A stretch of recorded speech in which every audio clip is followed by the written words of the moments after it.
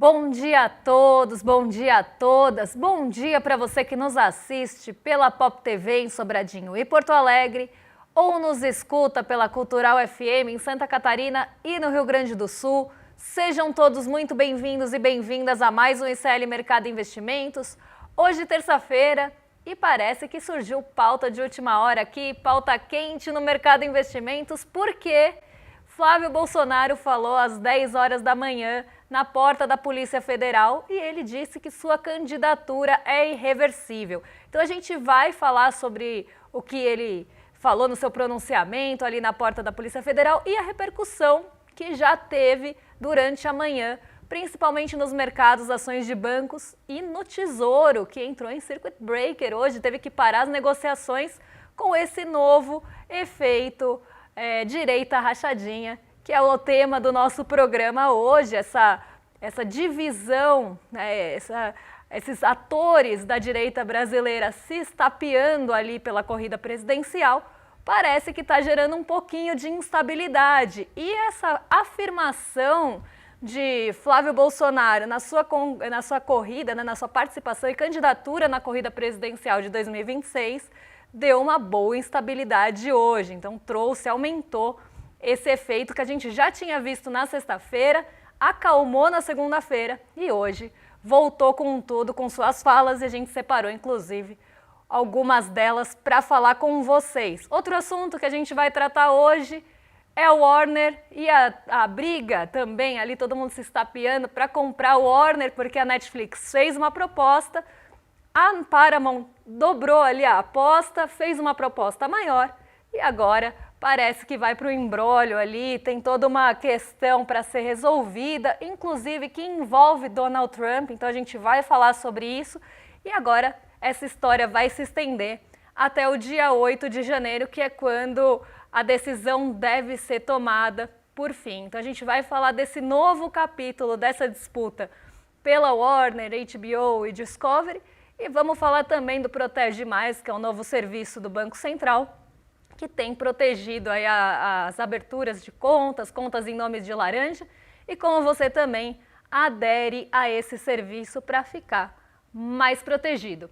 Antes de tudo isso, vamos dar uma passadinha pela nossa agenda para ver o que temos de indicadores. Hoje uma agenda fraca, então já vou até adiantar para vocês, uma agenda mais fraca e que deve deixar centralidade mesmo para as decisões de política monetária que acontecem amanhã. Na verdade, essa era a grande estrela da semana, então a gente tem decisão de política monetária nos Estados Unidos, uma grande expectativa por corte de juros por lá, e isso deveria movimentar mais o dia hoje. Essa era a expectativa até Flávio Bolsonaro abrir a boca. Então a gente vai passar pela agenda para ver que ela realmente está meio xoxa, está meio morna, mas depois a gente fala das expectativas aí para a semana. Vamos lá para a nossa agenda então, porque à 00:30 na Austrália a gente teve decisão de política monetária, então já foi decisão de política monetária na Austrália.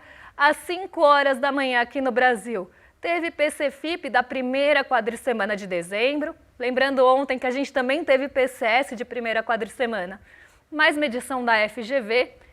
Às 6 horas da manhã no Reino Unido, quem fala é presidente do Banco do Japão, Kazuo Ueda. Ele participa de uma conversa sobre aumento de juros no Japão.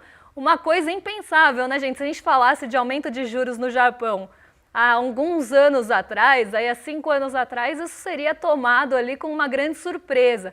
Japão, historicamente, tem taxa de juros negativa, taxas de juros baixíssimas. Eu acabei numa sandice ali na minha faculdade estudando o Japão e história da economia do Japão, papel do Estado na economia do Japão, e eles têm uma cultura muito diferente em relação a guardar dinheiro, a armadilha com liquidez. Então lá normalmente as taxas de juros são muito baixas e às vezes até negativa. É até um assunto que causa surpresa falar de aumento de taxa de juros no Japão, mas hoje Kazuo Ueda vai falar sobre isso, na verdade já falou, porque foi às 6 horas da manhã, bem cedinho.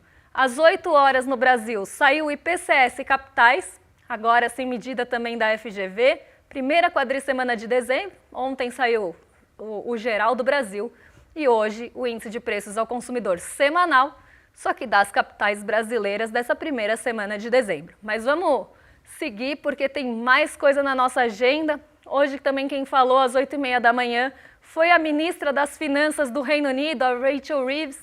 Ela testemunhou na Câmara dos Comuns, lá no Reino Unido, às 9 horas.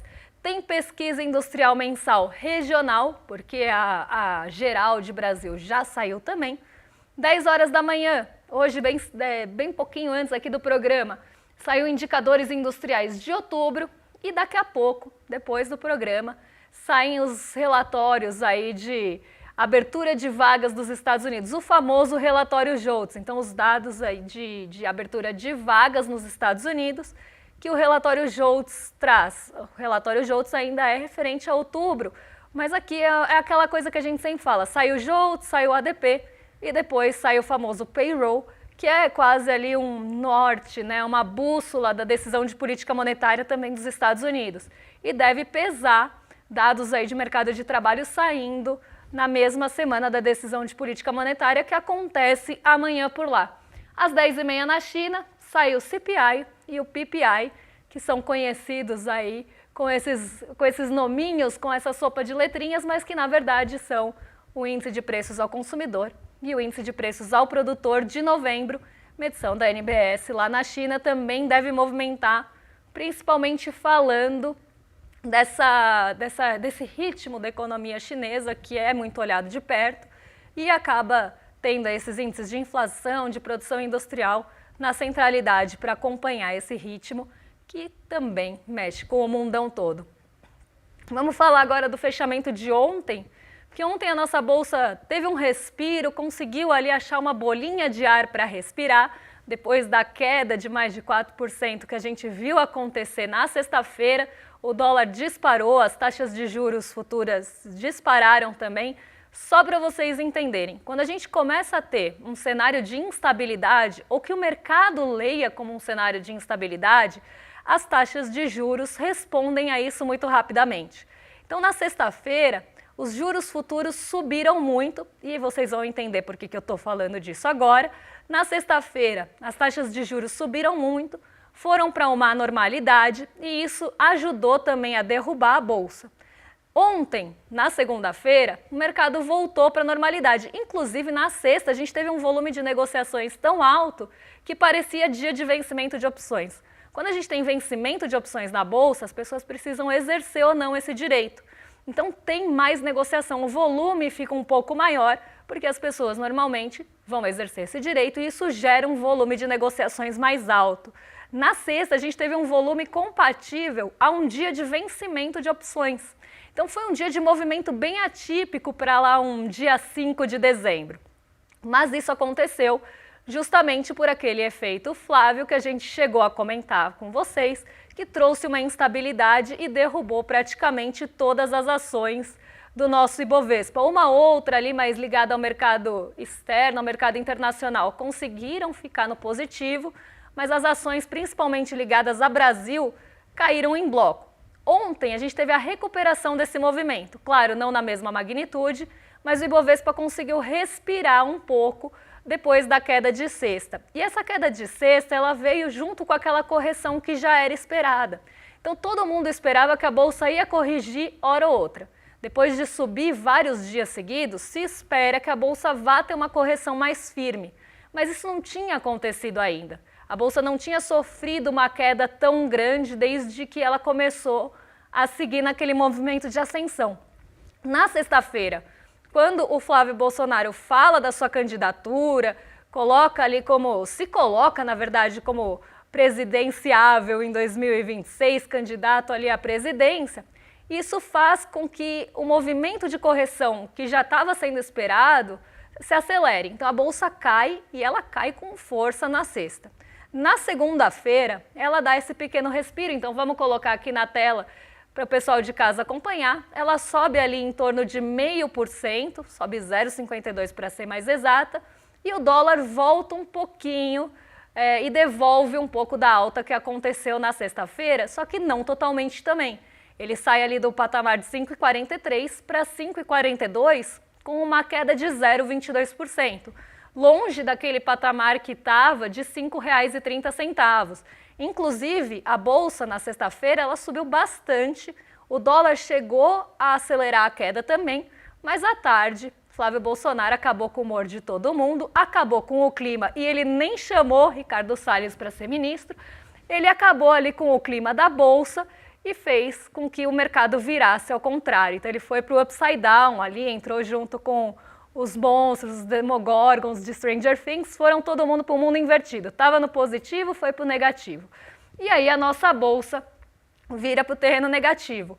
Ontem ela consegue um pouquinho de recuperação, dá alguns sinais de recuperação, principalmente apoiada pelas ações de maior peso do índice. A gente está falando de grandes bancos que acabam se recuperando um pouco, a Petrobras que dá um respiro, a Vale, essas grandes empresas deram um pouco de sustentação para essa alta, mesmo em um dia que a gente teve queda em Nova York por toda a instabilidade e a incerteza e cautela numa semana de decisão de política monetária. Então está todo mundo esperando essa decisão acontecer ou já está posicionado para a decisão. Então ninguém vai querer tomar tomar decisão ali às vésperas de política monetária nos Estados Unidos. Então ontem a gente sofre também um pouco dessa correção em Nova York, os mercados caem por lá, mas aqui a gente vai na direção contrária, vai na contramão.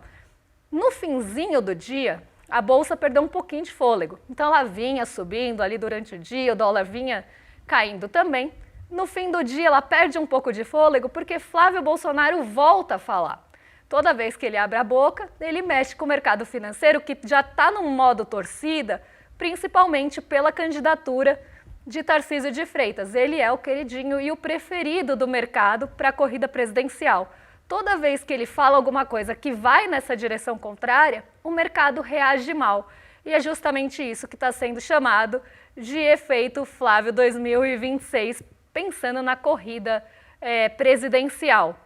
Mas voltando aqui ao que eu estava falando, no fim do dia, ele volta a falar nesse assunto, dizendo que o sobrenome Bolsonaro é importante, que ele está lá para defender praticamente esse legado na corrida presidencial e que isso deve ganhar peso e relevância na corrida. Hoje de manhã, o que Flávio Bolsonaro foi fazer? Foi visitar papai na cadeia. Então ele foi lá levar... O que será que Flávio Bolsonaro levou para o pai na cadeia? Mas ele foi lá visitar Jair Bolsonaro na Polícia Federal. E ele falou na saída da Polícia Federal, ele deu uma declaração.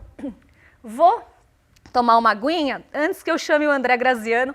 Um beijo para o André Graziano, saudade, ou que eu vire o Temer uma pastilhinha.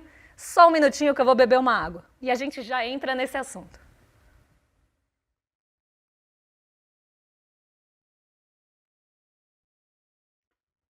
Alguém aqui perguntou no chat, muito boa essa pergunta. O efeito Flávio é porque o mercado desmaiou? Exatamente por isso. E por isso que a gente chama de efeito Flávio. O mercado desmaiou e caiu na sexta-feira e hoje volta para esse mesmo lugar, porque a gente sabe, né, que esse efeito justamente causa isso. Então vamos lá, por que ele foi para a Polícia Federal, estava ali na porta, na saída, e ele voltou a falar sobre sua candidatura em 2026 e afirmou que a candidatura é irreversível. Não adiantou beber água, mas vamos lá. Ele disse que a candidatura é irreversível e aí eu separei alguns trechinhos da fala de Flávio Bolsonaro para a gente discutir aqui no nosso programa. Olha só, Flávio Bolsonaro, 2 pontos. Na parte econômica eu darei continuidade ao que foi feito com Paulo Guedes. Eu não sei se ele está querendo convencer as pessoas a votar nele, se isso é propaganda positiva ou negativa, porque não sei se é fã ou hater aqui falar que vai dar continuidade à política econômica de Paulo Guedes. Mas o que a gente pode ler nas entrelinhas dessa declaração? Ele está falando disso para o mercado financeiro. Esse recado ele está falando, ele está dando para o mercado financeiro que teve ali, né, muitas vezes, afinidade com a política econômica do Paulo Guedes, uma política de austeridade na maior parte do mandato, teve uma política de cortes de gastos da forma mais tradicional que se tem, né, jogando ali sempre a conta, a corda no lombo do trabalhador, no lombo da população mais vulnerável, congelando ajustes de salário, congelando muita coisa, por exemplo, também tabela de imposto de renda. Então, é uma política que desfavorece a população e que teve mais afinidade com o que a Faria Lima, com o que o mercado financeiro espera de uma política principalmente fiscal. O mercado financeiro, ele é completamente fiscalista, mas não é qualquer fiscalista. Ele tem um fiscalismo seletivo. Quando ele fala de fiscal, ele está falando de um fiscal que deixa ali a conta, que estoure a corda para o lado mais vulnerável, mais pobre e mais fraco da população, que não tem poder político e econômico. Quando eu falo de fraqueza aqui, é nesse sentido de poder político e econômico. Então acaba estourando a corda para nós, trabalhadores brasileiros. E esse recado, ele está realmente falando com a Faria Lima, do tipo, você pode preferir o Tarcísio, mas olha, eu quero dar continuidade no que foi feito pelo Paulo Guedes. E ele fala sobre isso também mais para frente. Deixa eu só achar aqui, porque segundo ele, acabei de encontrar, o mercado acha que ele não tem chance de ganhar. Espero que dessa vez o mercado acerte suas previsões.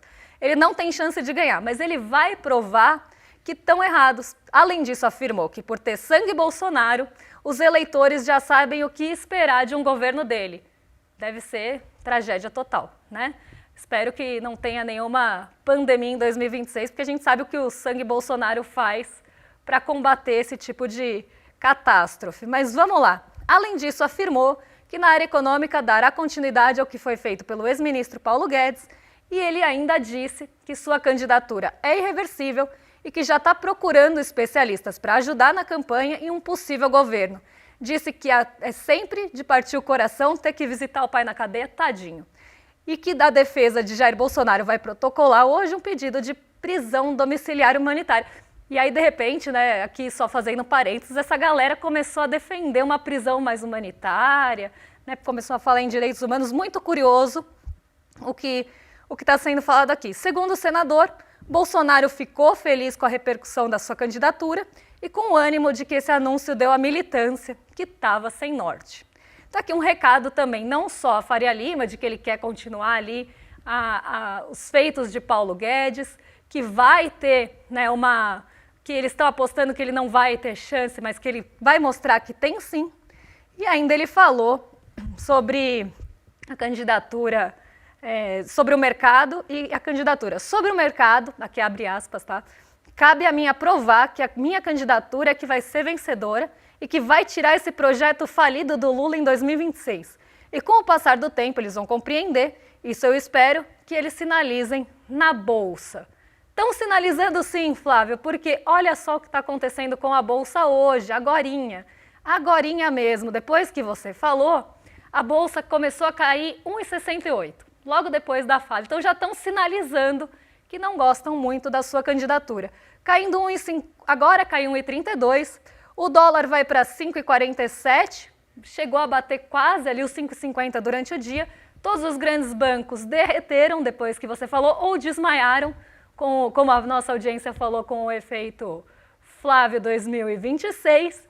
E além disso, os títulos do Tesouro tiveram que ter a sua negociação interrompida. Por quê? Toda vez que você tem um fator que gera instabilidade, e essa fala do Flávio Bolsonaro gera essa instabilidade, porque mostra que não tem um consenso na direita brasileira para essa candidatura de 2026 e pode, né, rachar essa possível candidatura sem um apoio único ali, né, de Jair Bolsonaro, inclusive nessa extrema-direita, nessa ala, inclusive, mais à direita que a direita da direita. Então você vê que começa a rachar ali, quase como placas tectônicas se afastando.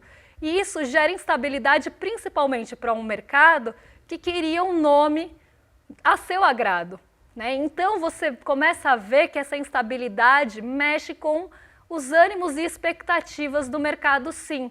E quando a gente tem alguma instabilidade, como eu falei no começo do programa, e eu falei para vocês guardarem a informação, os juros dos títulos começam a subir, porque o mercado vai querer mais juros para correr o risco dessa instabilidade, que no caso aqui é o efeito Flávio. E esse efeito começou a repercutir sim nas taxas de juros futuras, que foram subindo, até um dado momento que o Tesouro fala, bom, é hora de interromper essas negociações, porque senão você vai ter, olha o índice Ibovespa aí em queda ao vivo aí. Olha a recuperação em V do Paulo Guedes. Será que era disso que ele estava falando? Olha essa queda que deu às 10 e pouquinho, que foi justamente a hora que ele falou. Então, você vê que essa instabilidade ela está acontecendo e aí, um dado momento, o Tesouro fala, não, vamos parar com a negociação, porque senão quem comprar ou vender nesse momento pode sair prejudicado porque a gente está com os preços e as taxas muito instáveis. E aí o mercado fecha. Então, eu acho que o recado está dado aqui, Flávio. Você que queria uma resposta do mercado financeiro sobre a sua candidatura, acho que eles deixaram bem claro que não gostaram muito. Mas, se você continuar falando, talvez você receba mais sinais. O que eu queria trazer disso? Esse efeito e essa volatilidade, esse sobe e desce, essas movimentações mais fortes, elas já são muito comuns em períodos que se aproximam do período eleitoral. Então, conforme o período eleitoral vai chegando mais perto, essa volatilidade ela se intensifica. A gente começa a ter movimentos mais fortes. Mas essa briga, essa treta, essa rachadinha na direita, parece também que já está antecipando um pouco esse movimento, justamente por essa falta de consenso. E isso deixa o mercado muito triste, muito desagradado, porque eles já tinham o seu favorito, pelo menos ali, colocado nas entrelinhas, porque o mercado disse que é apolítico. Então, esse foi o efeito, mas eu peguei essa matéria bem antes de entrar no programa, até entrou aqui na nossa pauta bem rapidinho, porque ela saiu agorinha, um pouquinho antes da gente estar no estúdio, mas não tinha como não falar para vocês, porque foi justamente o que foi falado na porta da PF. Outro assunto que eu queria trazer para vocês é a atualização do nosso episódio de ontem, da compra da Warner, HBO e Discovery pela Netflix. Ontem a gente falou bastante sobre isso, teve toda uma discussão em relação a essa concentração de poder que cada vez mais acontece nas mãos de empresas de tecnologia. Então as techs elas estão dominando esse mercado da distribuição da mídia e cada vez mais concentrando esse poder.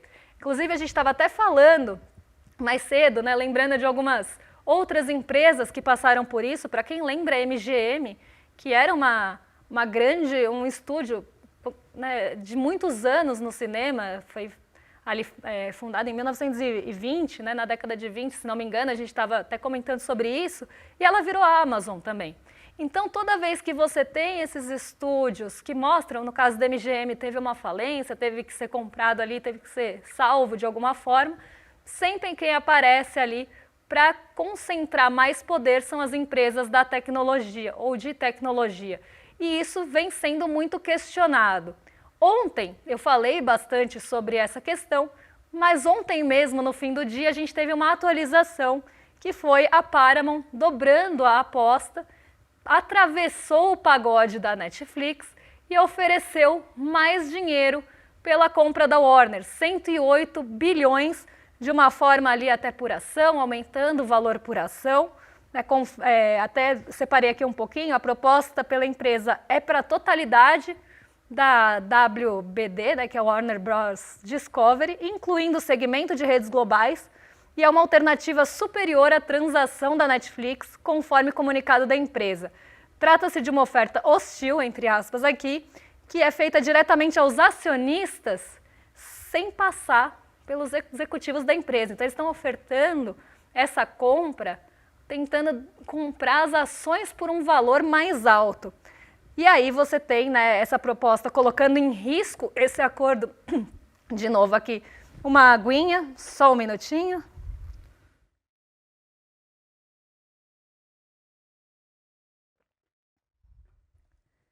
Gente, rachadinha da direita, eu vi aqui no chat, vocês entendam como vocês quiserem, tá?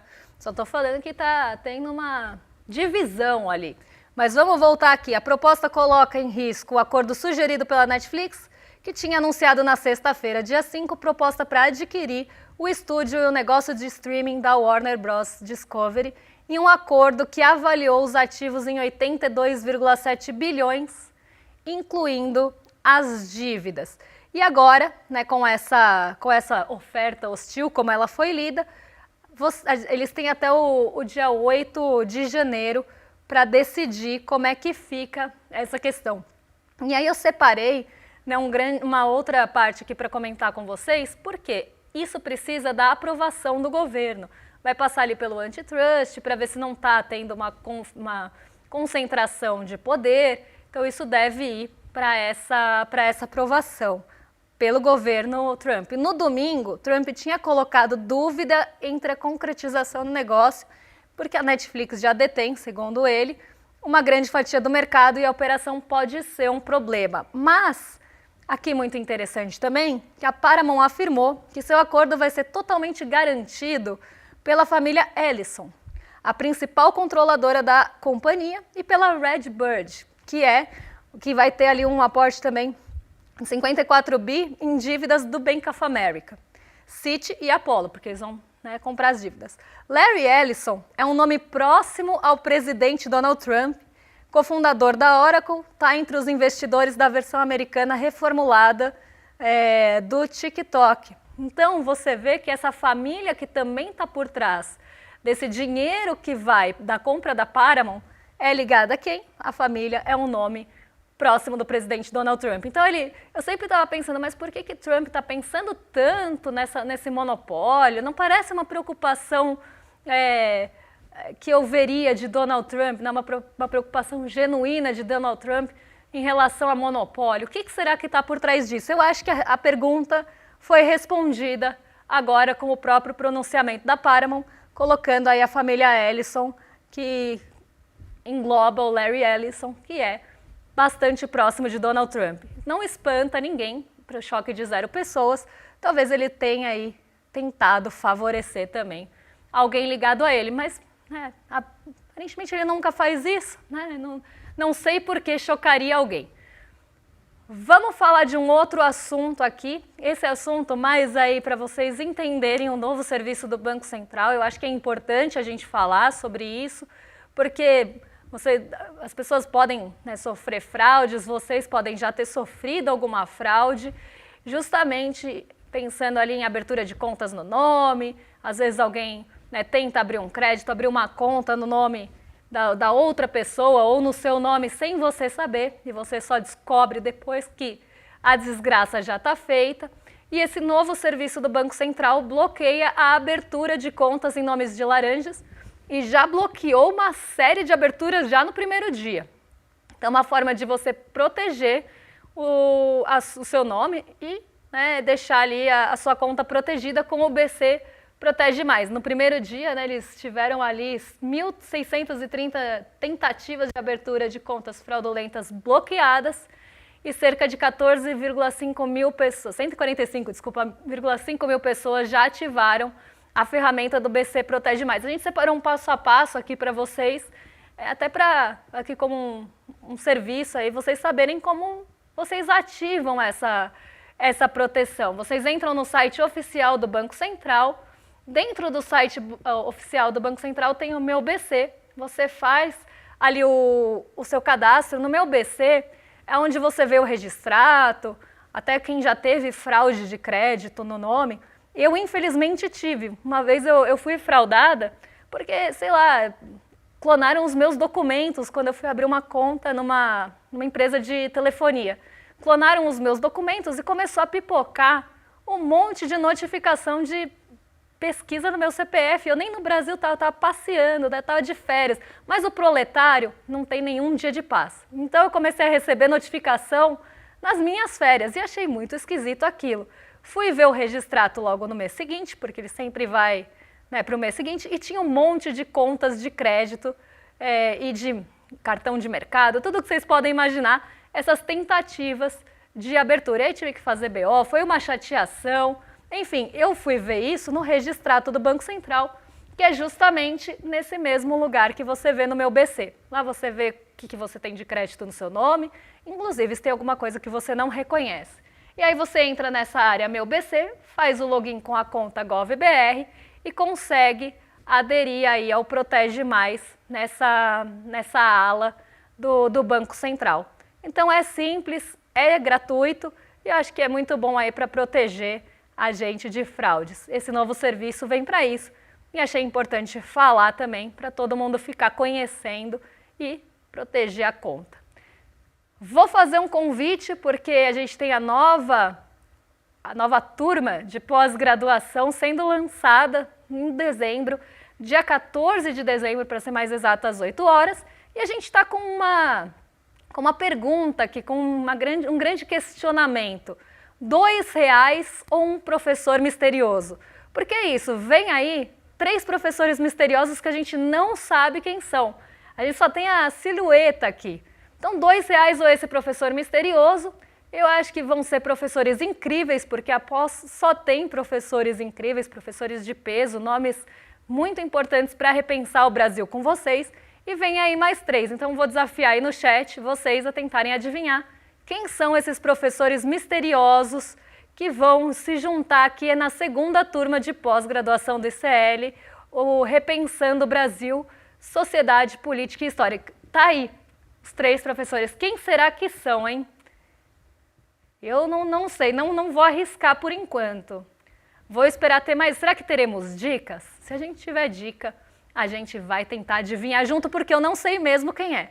Então, estou tentando aqui, olhando a silhueta, ainda não tenho palpite. Mas se vocês tiverem, deixa aí no chat e eu convido vocês para participar não só desse chá revelação de professor, mas também para assistir a nossa aula inaugural, que vai explicar também todos os aspectos da nossa pós. Tá curioso?